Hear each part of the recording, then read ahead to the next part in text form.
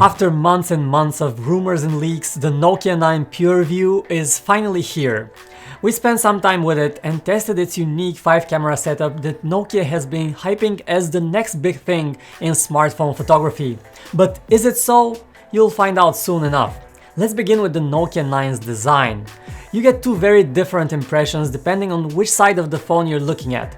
At the front, it's rather dull and reminds us of LG's 2017 G6. No sign of any modern trends like punch hole displays or notches, just a 6-inch display surrounded by generous top and bottom bezels. When you turn it around, however, it's another story. The outlandish looking camera setup immediately grabs your attention. There is no other phone that looks anything like that, and whoever lays eyes on the hexagonal formation will make a comment about it, guaranteed. There's no fingerprint sensor disrupting the sleek back of the device, as it is hidden under the display. Speaking of the display, the Nokia 9 has an OLED screen with a resolution of 1440 by 2880 pixels, beating most other phones in terms of pixel density. Videos on the Nokia will look gorgeous thanks to the high resolution and the HDR support that the display offers. But let's get back to that fingerprint sensor. Along with the phone's face unlock, biometrics are easily the weakest point of the Nokia 9. Reads are unsuccessful quite often, no matter which one you're using. A bad read forces your dial pad to pop up so you can insert your PIN. Playing this unlock lottery leaves you annoyed every time you start using your phone.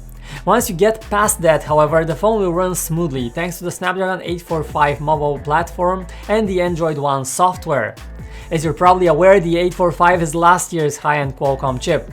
Here it's paired with 6GB of RAM and 128GB of storage. Those are some decent base specs, but if you're using the Nokia to take raw pictures, you might see your storage filled up fast. Now that we've mentioned picture taking, it's time to talk about the Nokia 9's main feature, its 5 rear cameras. The 5 sensors on the back are all 12-megapixel ones. 2 of them are RGB, which means they capture color, while the other 3 are monochrome and are used to capture detail in both brightly lit and dark parts of the image. All 5 cameras are used for each picture you take with the Nokia 9, and the images are then processed and combined into one. This allows the phone to achieve an HDR effect with pictures that are taken at the same time, unlike in quick succession like other phones do. The Nokia doesn't have a dedicated HDR mode since every picture it takes is an HDR picture. This is not necessarily a good thing. But before we get to the quality of the photos, let's talk a bit about the picture taking experience. If we had to summarize it with one word, it would be frustrating. The camera app is not part of the Android One package and was developed by Nokia and its partners for this phone specifically. However, it is slow, even when it comes to mundane tasks like switching between modes or going to the gallery and back. When you do take a picture, you have to wait for the fusion process to end before you can see if it was a good shot. For a regular picture, that usually takes between 5 and 10 seconds, but if you want your photo to have a bokeh effect, prepare to wait around 20 seconds for each shot. Of course, you don't have to wait that long to take the next picture. The shots will be processed one after another.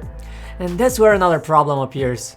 The processing of the images puts a heavy strain on the phone. This sometimes causes the app to crash and the images that weren't completed are gone. The camera feels unreliable and the overall experience is cumbersome and annoying. This is not what you want from a phone that's marketed as a superior camera device. But the question is, are the results worth the hassle? Well, no, not really. The photos from the Nokia 9 aren't bad, but they're not the amazing pieces of photography Nokia was hyping them to be. Most pictures are over-sharpened and the colors are a bit dull.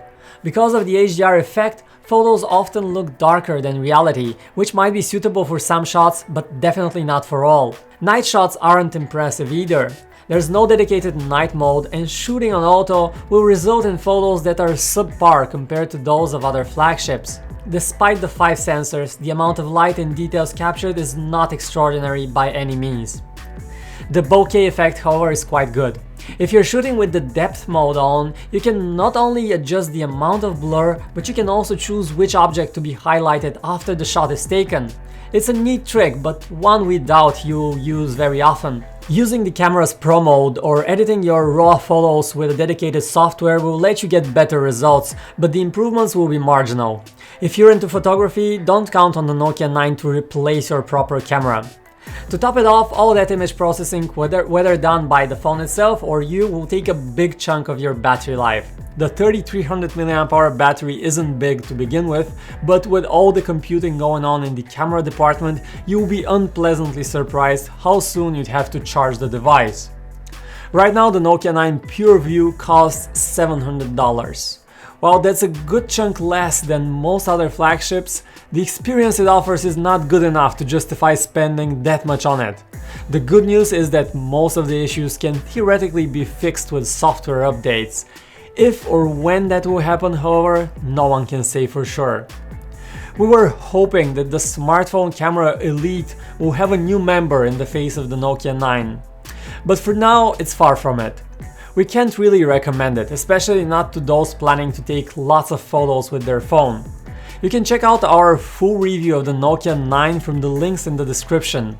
To never miss any of our videos, subscribe to our YouTube channel if you haven't already.